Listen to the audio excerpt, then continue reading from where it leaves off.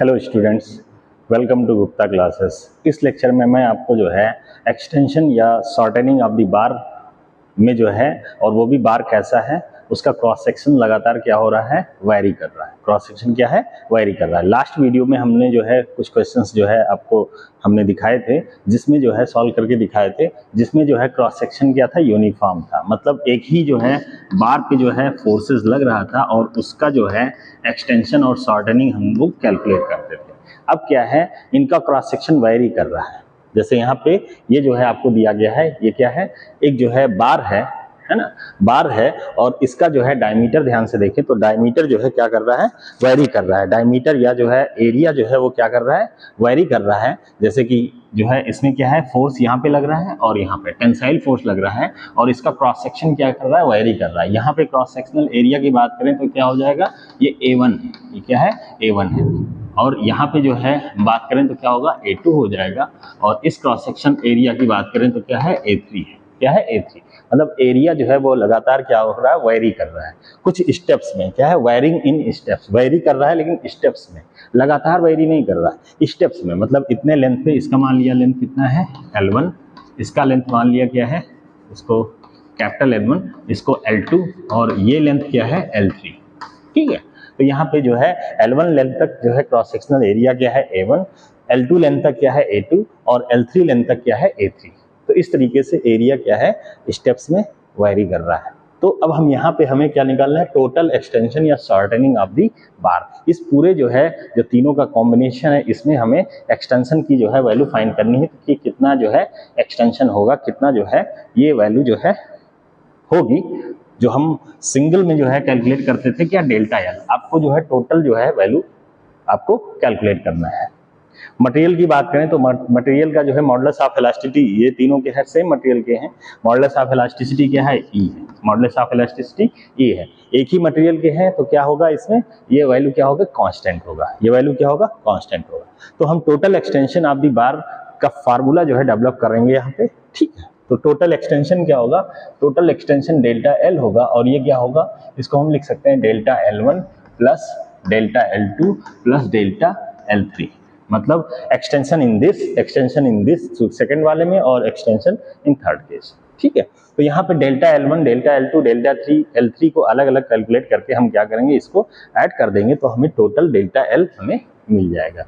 कैसे मिलेगा, तो आइए जो है हम इसको जो है, इस जो है फिगर को L1 लेंथ तक अलग बनाते हैं। जैसे ये हमने बना लिया, ये दूसरा फिगर है, ये तीसरा फिगर है।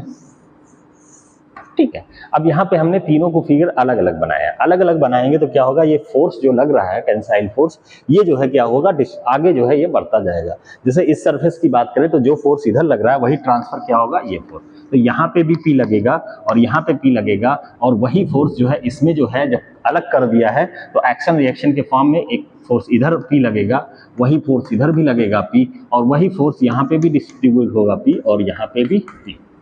सेम फोर्स जो है क्रॉस सेक्शनल के अकॉर्डिंग वो आगे जो है ट्रांसफर होता जाएगा। तो इस वाले जो फर्स्ट नंबर जो है, फर्स्ट नंबर का क्रॉस सेक्शन है L1 लेंथ का, ये क्या है, L1 लेंथ। ठीक है, और सेकंड वाले का क्या है, L2 लेंथ, ये क्या है, L3 लेंथ। ठीक है, L1, L2 और L3 लेंथ। इसका क्रॉस सेक्शनल एरिया क्या है, A1, इसका क्या है, A2, इसका क्या है, A3। ठीक है, अब हमें डेल्टा L1 कैलकुलेट करना है। जो भी हमने फार्मूला जो है डेवलप किया था लास्ट टाइम सिंगल के लिए, तो सिंगल के लिए फार्मूला किया था delta L is equal to P, delta L1 is equal to PL upon cross sectional area into modulus of elasticity. ये फार्मूला हमने जो है डेवलप किया था। तो मटेरियल का जो है मॉडुलस ऑफ इलास्टिसिटी क्या है, E है। तीनों के लिए सेम होगा, तो यहाँ पे एक ये चीज जो है क्या होगा, कांस्टेंट होगा। P जो है, ये भी जो है हर एक के लिए P जो है वो समान है, यहाँ पे इक्वल है। तो केवल जो टेंसाइल लोड लग रहा है वो क्या है, P होगा, ये भी कांस्टेंट होगा। लेकिन यहाँ L और A जो है वो चेंज हो रहा है, तो यहाँ पे क्या हो जाएगा, L1 के लिए क्या होगा, ये डेल्टा L1 के लिए L1, और यहाँ पे क्या होगा, A1 हो जाएगा। क्या हो जाएगा, A1। तो यहाँ पे फार्मूला जो हमारा बनेगा जो है डेल्टा L1 के लिए क्या होगा, PL1 अपान A1E। ऐसे ही डेल्टा L2 के लिए फार्मूला क्या बन जाएगा, एक्सटेंशन इन दी सेकंड जो है पार्ट में L2 लेंथ का PL2 अपान A2 ई। ठीक है, ये कैसे आया है, क्योंकि स्ट्रेस की वैल्यू जो है क्या होता है, स्ट्रेस जो होगा वो क्या होगा, स्ट्रेस जो होगा लोड अपॉन एरिया।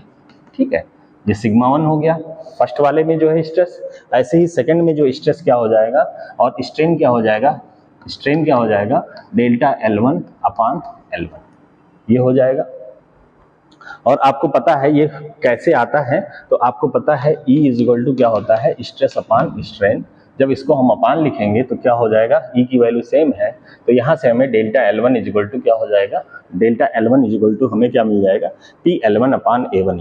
ये लास्ट वीडियो आप देखिए, वो उसमें हमने जो है आपको पूरा बता रखा है कि ये फार्मूला कैसे आएगा। ठीक है, तो delta L1 is equal to PL1 upon A1E।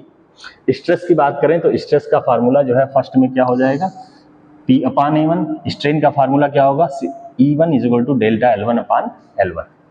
ठीक है, यहाँ पे मॉडुलस ऑफ इलास्टिसिटी हमने लिखा, तो हमारा ये फार्मूला डेवलप होके आएगा, दिस अपॉन दिस करेंगे, मतलब दिस अपॉन दिस करेंगे और मॉडुलस ऑफ इलास्टिसिटी के टर्म्स में हमारा डेल्टा L1 ये कैलकुलेट हो जाएगा। ऐसे ही डेल्टा L2 के लिए देखें तो डेल्टा L2 क्या हो जाएगा, PL2 अपॉन A2E। और यहाँ पे सिग्मा 2 जो है, जो सिग्मा 2 स्ट्रेस होगा वो क्या होगा, लोड अपॉन एरिया A2।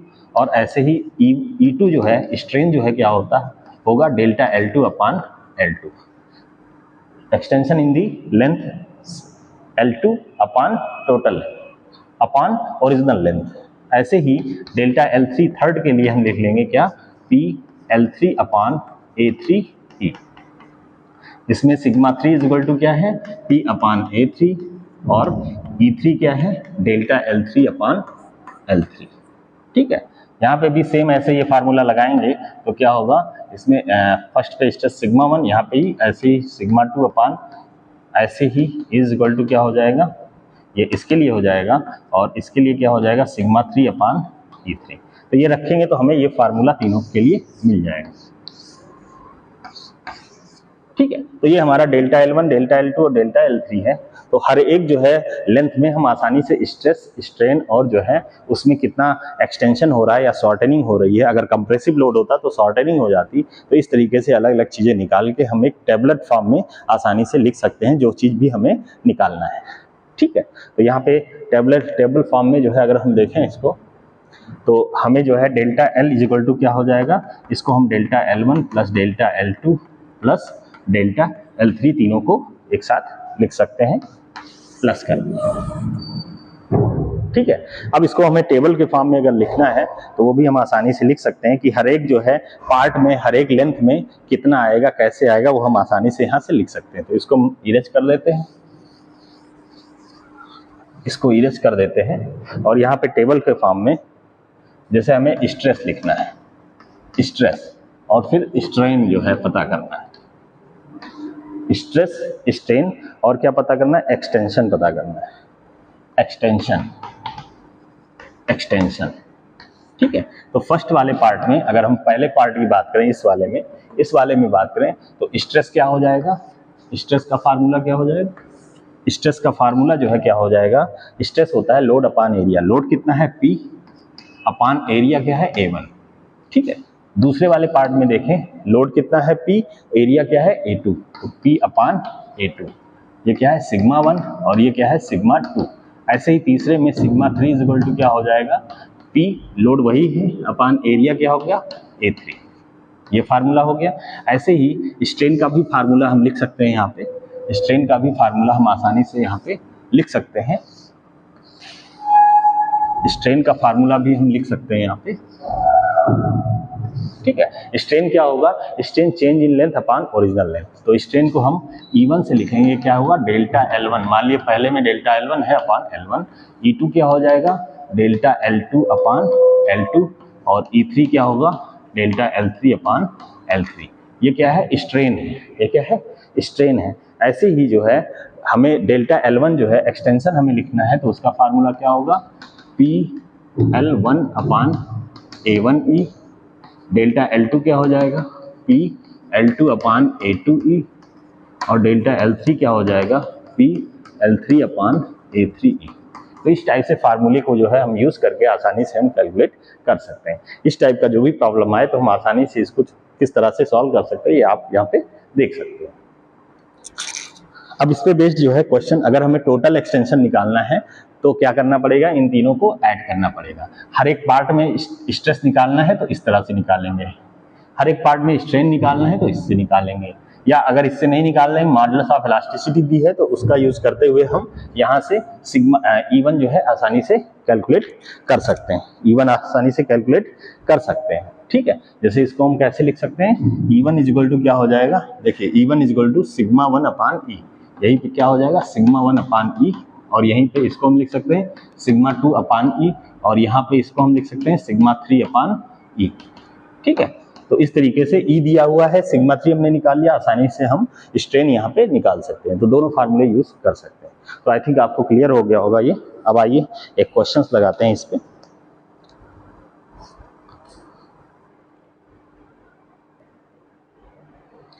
ये आपको क्वेश्चन यहाँ पे दिया गया है, ये जो अभी हमने फार्मूला देखा है इसी पे बेस्ड जो है ये क्वेश्चन है।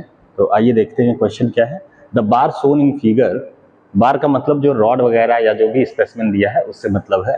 The bar shown in figure is tested in UTM, इसको यूनिवर्सल टेस्टिंग मशीन पे टेस्ट किया गया है। Is observe that at a load of 40 kilo Newton, 40 kilo Newton के लोड पे क्या हो रहा है, 40 किलो न्यूटन का लोड लगाया जा रहा है। The total extension of the bar is इतना 0.280, determine the Young's modulus of material. आपको यंग्स मॉडुलस निकालना है, मतलब मटेरियल का ई निकालना है, क्या निकालना है, ई निकालना है।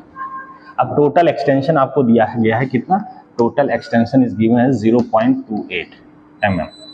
ठीक है, तो हमारे पास टोटल एक्सटेंशन का फार्मूला जो है हम लोगों ने जो है अभी देखा था कि क्या होता है, टोटल एक्सटेंशन जो है क्या होता है, delta L is equal to क्या होगा, delta L is equal to delta L1 plus delta L2 plus delta L3। तो ये तीन जो है इसमें दिए गए हैं। अगर हम तीनों का जो है वैल्यू लिखेंगे तो पहले हम डाटा लिख लेते हैं। यहाँ पे क्या है, देखिए L1 कितना दिया है 150 mm, L2 कितना दिया है 250 mm, L3 कितना दिया है 150 mm। ये डाटा मैं लिख रहा हूँ। A1 कितना दिया है, A1 नहीं दिया है, डायरेक्टली आपको डायमीटर दिया गया है। तो डायमीटर क्या होगा, D1 है तो क्या होगा π/4 इंटू D1 स्क्वायर। तो ये कितना हो जाएगा, D1 की वैल्यू 25 और π/4 यहाँ पुट करेंगे तो क्या हो जाएगा π/4 मल्टीप्लाइड बाई D1 कितना है 25 स्क्वायर कर दिया तो ये कितना होगा 490.87। ऐसे ही A2 मिल जाएगा, क्या यहाँ पे भी डायमीटर दिया है तो सर्कुलर एरिया क्या होगा π/4 D स्क्वायर। तो क्या होगा π/4 मल्टीप्लाइड बाई D कितना है 20 स्क्वायर कर दिया, ये कितना होगा 314.15। ऐसे ही A3 जो है कितना होगा π/4 D स्क्वायर, यहाँ पे भी 25, ये सेम आएगा क्योंकि यहाँ सेम वैल्यू है 490.87। अब तीनों में लोड जो देखेंगे तो लोड जो है तीनों में एक ही है, क्योंकि अलग अलग जब बनाएंगे इस तरीके से, ठीक है, इसको अलग करेंगे तो P जो है यहाँ पे भी सेम होगा, यहाँ पे भी, जैसा कि अभी थोड़ी देर पहले हमने आपको बताया है।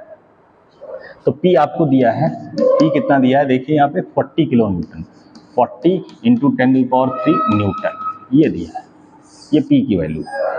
आपको L1 A1 दिया है, ठीक है।